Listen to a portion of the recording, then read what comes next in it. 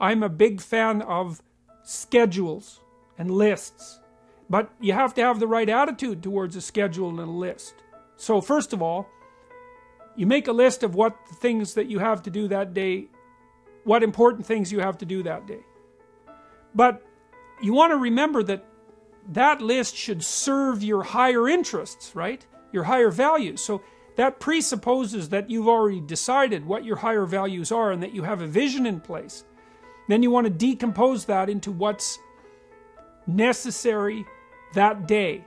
Aim high, let's say, and then concentrate on the day. What are the most important things that I need to attend to so that I'm in better shape tonight than I was in the morning? And if you ask yourself that question, you have to want the answer, which is rather demanding, let's say. It's another example of orienting yourself properly. So your aim is to get the answer to this question. And your perceptions and your thoughts will organize themselves around that question, and you'll get answers. Like they'll rise up, in that mysterious way that thoughts rise up. And some of them you'll find uncomfortable because your mind will present you with demands to do things that you may have been avoiding or that you find difficult or challenging. But you can train yourself to set yourself a list of tasks for the day that do put you in better shape that night than you were in the morning. It doesn't help to shy away from difficult issues because you're stuck with them.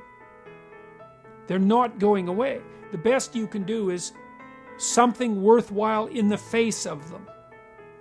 And so you figure out what that worthwhile thing is, and then then you practice implementing. That gives you some character and some strength, and that's the sort of thing that can help transform you into a leader.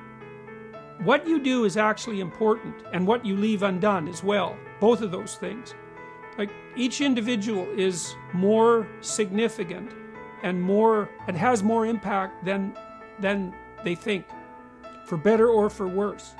I mean, you can think about it this way, in your lifetime you're going to directly influence at least 1,000 people, and each of those 1,000 people will influence 1,000, and so that's 1,000,000 people, one person separated from you, and 1,000,000,000 people, two people separated from you.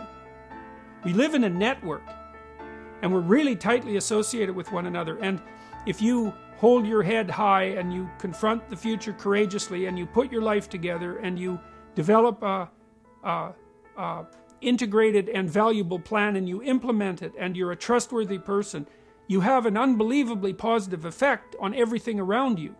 And so it actually matters that you do these things.